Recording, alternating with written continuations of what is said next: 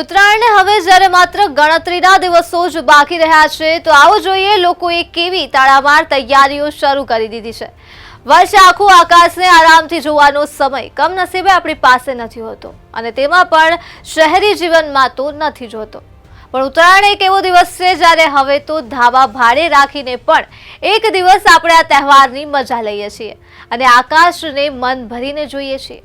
ધાબા ભાડે રાખવાનો કોન્સેપ્ટ તો હવે આપણે બધાને ખબર જ છે, તો જોઈએ આ વર્ષે ધાબાના શું ભાવ છે। એમ પણ અમદાવાદમાં પોળની ઉત્તરાયણનો તો માહોલ જ કંઈક અલગ હોય છે।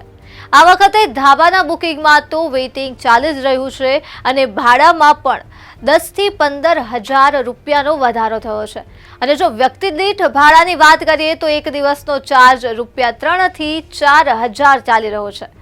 ઉત્તરાયણના દિવસે ધાબા ભાડે આપવાનો ટ્રેન્ડ તો છે જ, જોકે ધાબા ભાડે લેનારનો વર્ગ ખૂબ મોટો છે અને તેની સામે ધાબા આપનારનો વર્ગ ઓછો છે, કારણ કે હવે તો આગાસીઓ જ ઓછી રહી છે, જેમાં પણ આ વર્ષે ધાબાનો ભાવ પતંગની જેમ આસમાને પહોંચ્યો છે। આ વર્ષે પોળની આગાસીઓ વધુ મોંઘી થઈ ગઈ છે। પોળમાં મોટા ભાગના ધાબાઓનું એડવાન્સમાં જ બુકિંગ થઈ ગયું છે।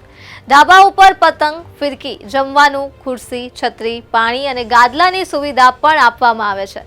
ધાબા પર જેવી સુવિધા તેવું તેનું ભાડું લેવામાં આવે છે।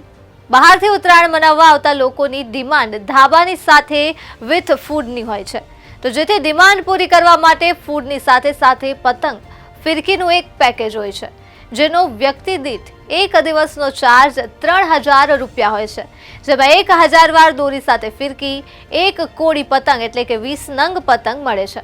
ખુરશી અને બાળકો માટે રૂમની પણ સુવિધા કરવામાં આવે છે।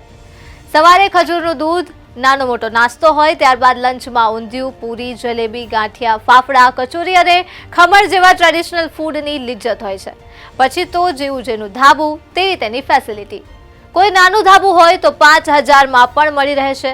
જો ઊંચું ધાબું હોય તો તેના ભાવ પણ ઊંચા હોય છે। જો વ્યક્તિ દીઠ ભાડાની વાત કરીએ તો 2,000 ભાવ હોય અને જો ફૂલ પેકેજ હોય તો 3,000 4,000 સુધીનું ભાડું પણ જોઈ શકાય છે, જેમાં સવારમાં બ્રેકફાસ્ટથી માંડી ડિનર સુધીની સુવિધા મળે છે। બ્રેકફાસ્ટમાં સવારમાં જલેબી, ફાફડા, ચા, કોફી કોઈ આપે છે તો કોઈ ઊંધિયું, જલેબી, પૂરી પણ આપે છે અને સાથે જ લીલવાની કચોરી પણ જોવા મળે છે।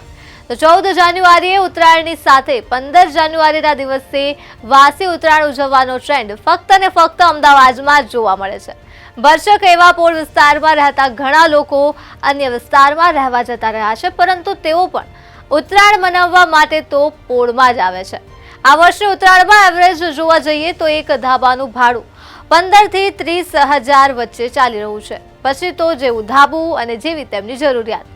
તો બીજી તરફ ધાબાના માલિક ન્યુસન્સ ન થાય તે માટે ધાબું ભાડે આપવામાં પ્રાથમિકતા ફેમિલીને આપે છે, જેથી ધાબા માલિક અને તેમના ઘરના લોકો પણ સાથે જ ઉત્તરાયણની મજા માણી શકે।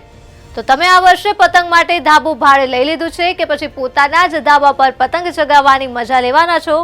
અમને કમેન્ટ સેક્શનમાં જણાવો।